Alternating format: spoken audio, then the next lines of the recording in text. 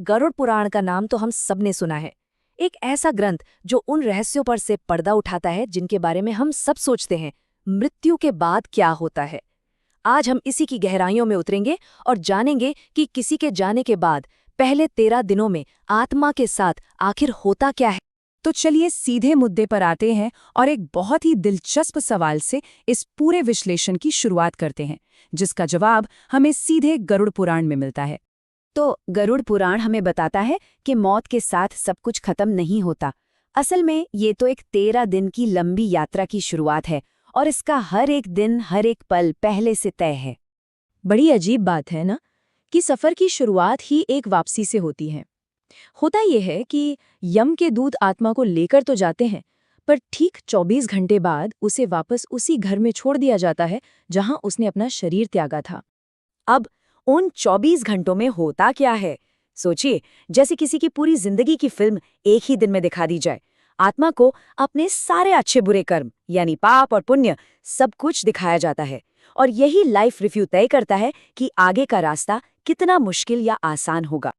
अब यहाँ से कहानी और भी ज्यादा दिलचस्प हो जाती है। आत्मा वापस घर तो आ गई है, लेकिन अब वो एक अनदेखी साक्षी है। वो अगले 13 दिनों तक वहीं रहती है, पर किस हाल में? जरा उस आत्मा की हालत सोचे। उसमें अभी भी दुनिया की सारी इच्छाएं, सारा मोह बाकी है। वो बेचैनी में बार बार अपने ही शरीर में वापस जाने की कोशिश करती है, लेकिन अब वो पूरी तरह बेबस है, शक्तिहीन है। वो सब कुछ देख रही है, अपने परिवार को रोते बिलखते देखती है, उन्हें दिलासा देना चाहती है, पर उसकी आवाज किसी तक नहीं पहुंचती। अपनी ही बेजान शरीर को देखती है, उसे जबरदस्त भूख प्यास लगती है, वो दर्द में चीखती है, पर कोई उसे सुन नहीं सकता। ये एक ऐसी बेबसी है जिसे शायद शब्दों में बयां करना भी मुश्किल है। तो सवाल ये है कि इस भयानक पीड़ा से आत्मा को मुक्ति कैसे मिलेगी?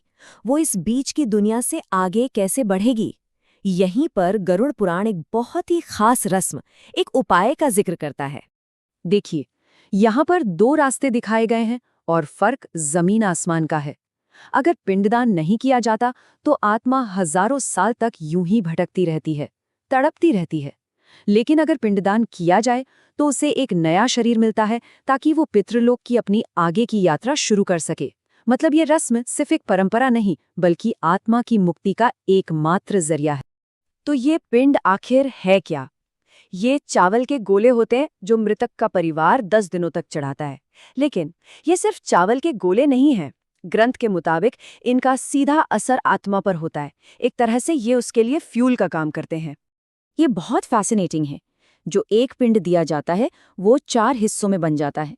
देखिए, इसका सबसे बड़ा हिस्सा यानी 2 हिस्से आत्मा के नए शरीर को बनाने में लग जाते हैं।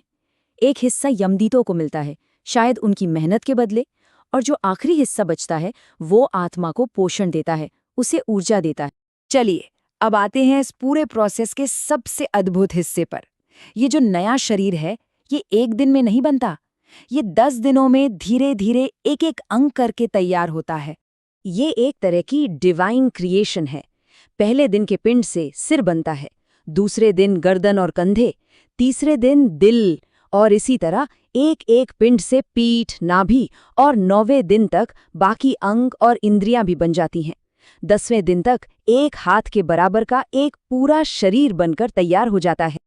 अब जब 10वें दिन शरीर पूरा हो जाता है तो उसे जबरदस्त भूख का एहसास होता है।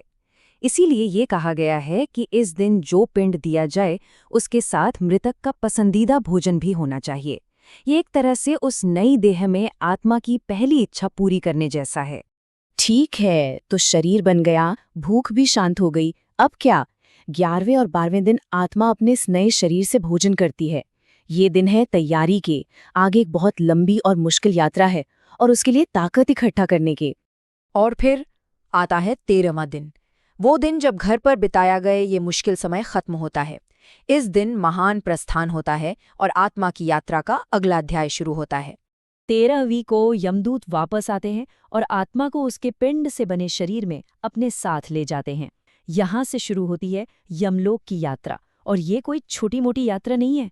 ये पूरे 1 साल तक चलती है, जहाँ उसके कर्मों का अंतिम फैसला होना है। हाँ, तो 1 साल का लंबा सफर, पर यह सफर हर किसी के लिए एक जैसा नहीं होता। किसी के लिए आसान, किसी के लिए बेहद मुश्किल। तो क्या है वो चीज जो इस यात्रा का अनुभव तय करती है? जवाब एक ही शब्द में है, कर्म। गरुड़ पुराण इस मामले में बिल्कुल टोक बात करता है।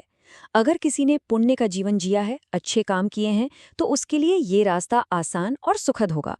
लेकिन अगर किसी का जीवन पाप से भरा रहा है, तो उसके लिए यह यात्रा उतनी ही कठिन और पीड़ा से भरी होगी। मतलब जैसा किया वैसा भरा। तो इस पूरी कहानी का, इस पूरे विवरण का निचोड़ क्या है? निचोड़ बहुत सीधा है। हम जो भी करते हैं, हमारे कर्मों का फल हमें सिर्फ इस जीवन में नहीं, बल्कि मृत्यु के बाद भी भोगना ही पड़ता है। कोई बच नहीं सकता। तो गरुड़ पुराण एक बहुत गहरा सवाल हमारे सामने रखता है। ये कहता है कि हमारे कर्म हमारे जाने के बाद भी एक गूंज के तरह इस ब्रह्मांड में रह जाते हैं। अब ये हम पर है कि हम अपने पीछे कैसी गूंज छोड़कर जाना चाहते हैं।